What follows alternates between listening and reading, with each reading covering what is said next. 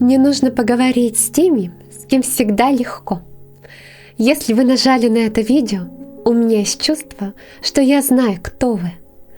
Вы тот самый друг, который ничего не требует, партнер, который никогда не устраивает сцен, тот, кто тихо держит все на своих плечах, пока остальные рассыпаются на части.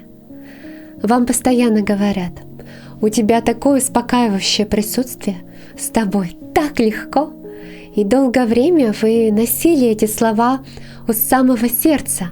Это ведь кажется даром, правда? Войти в комнату и просто знать.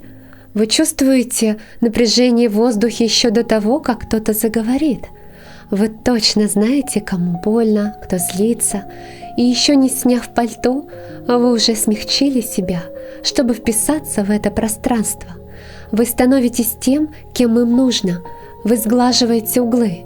По сути, вы впитываете хаос, чтобы этого не пришлось делать никому другому. Но вот правда в том, что они тоже впитывают. Вы несете все это в себе. В конце концов, вы просто ломаетесь, вы угасаете. Эта роль не просто истощает вас, она тихо стирает вас. Я говорю это, потому что я знаю, куда ведет эта дорога. И в конце ее вас не ждет благодарность. В конце вы однажды проснетесь, посмотрите в зеркало и поймете, что не узнаете человека, который смотрит на вас. Я думаю, что под этой спокойной оболочкой вы уже это чувствуете. Тяжелая душевная усталость, которая не лечится сном. Вы чувствуете себя невидимым или хуже, пустым, словно вы наблюдаете за своей жизнью через стекло. Вы здесь, вы улыбаетесь, киваете, но вы больше не живете своей собственной жизнью по-настоящему. Вы просто смотрите, как она проходит мимо. Я хочу поговорить о цене, которую платит удобный человек. Потому что цена высока, и вы расплачиваетесь своей настоящей жизнью. Не только важные моменты, но и в тихие, незаметные. Ваши предпочтения, ваш голос, ваша печаль, ваша радость. Давайте посмотрим, как это происходит. Обычно это случается в мелких проходных моментах. Кто-то задает простой вопрос: «Эй, где ты хочешь поужинать сегодня?» Обычно человек заглядывает внутрь себя и спрашивает: «Что мне сейчас нужно? Пицца, отдых?» Но вы так больше не делаете.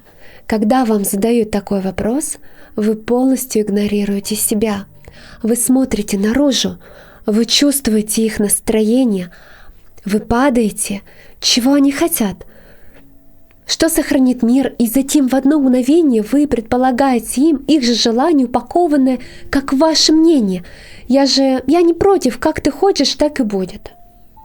Это звучит по-доброму, но на самом деле это ваш собственный голос замолкает. Сделайте это достаточно раз, и вы потеряете связь с собственной интуицией. Вы приучаете себя игнорировать свою реальность. Это не происходит за один день. Нет, это происходит через 1000 маленьких капитуляций. Где-то, по сути, вы усвоили, что иметь потребности опасно. Вы выучили жестокий урок. Потребности делают тебя сложным. Быть легким значит быть в безопасности. Поэтому вы научились занимать как можно меньше места.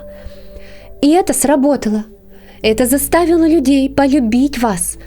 Но опасность в том, что вы так и не остановились. Вы до сих пор ведете себя так, будто вы в опасности. Если вы говорите «мне все равно», 5 раз в день, каждый день, в течение 10 лет, это не компромисс, это исчезновение. И самое страшное, если вы заставляете себя молчать достаточно долго. Однажды вы заглянете внутрь, чтобы узнать, чего вы хотите, и ничего не найдете. Просто пустая комната. И здесь, именно здесь, рождается обида. Нам нужно быть мягким, но честным в этом вопросе, потому что хорошие люди, эмпатичные люди, мы носим в себе столько скрытой боли, потому что в своем сердце вы заключили негласный договор. Вы думали, если я буду удобна для тебя или если я никогда ничего не попрошу, тогда ты будешь ценить меня и ты позаботишься обо мне. Вы думали, что ваша тишина купит вам любовь. Но это так не работает. На самом деле происходит вот что. Люди верят вам. Вы говорите «я в порядке», и они верят. Вы говорите «это не важно», и они перестают спрашивать. И вот вы сидите тихо, страдаете или лежите без сна, в 2 часа ночи прокручиваете в голове разговоры, которые никогда не произнесете вслух. Почему они никогда не спрашивают меня, что мне нужно? Это игра в одни ворота. Вы чувствуете, что вас используют, но честно, они вас не используют. Вы сами отдаете себя, вы учите их, что с вами нужно так, что вас не нужно заботиться. И когда вы ожесточаетесь, вы чувствуете себя благородным мучеником. Но страдание в тишине – это не любовь. Это просто прятки, а игра в святого – это просто манипуляция с нимбом над головой. Это отравляет связь. Можно прожить с кем-то 20 лет и остаться совершенно одиноким, потому что они влюблены в версию вас, которой не существует. Так как же вернуться? Заботьте о том, чтобы исправить себя. Речь идет о спасении себя. Ваш дух верит, что несогласие равно потере. Кажется, что если вы скажете «нет», любовь исчезнет. Но вы должны проверить это. Вы должны попробовать то, что я называю маленькими моментами истины. Завтра кто-то спросит вас, что вы хотите делать вечером. Вы будете уставшим, вам захочется тишины, но желание сказать «мне все равно, как скажешь» накроет вас, как теплое одеяло. Это кажется безопасным, но это и есть тот самый момент. Это момент, когда вы либо возвращаетесь домой к себе, либо дрейфуете еще немного дальше. Пауза. Не заполняйте тишину. Загляните вовнутрь. Проберитесь сквозь туман. Найдите одну крошечную, настоящую вещь. Вообще-то я бы хотела остаться сегодня дома. Скажите это. Ваше сердце будет колотиться, вы будете ждать отвержения.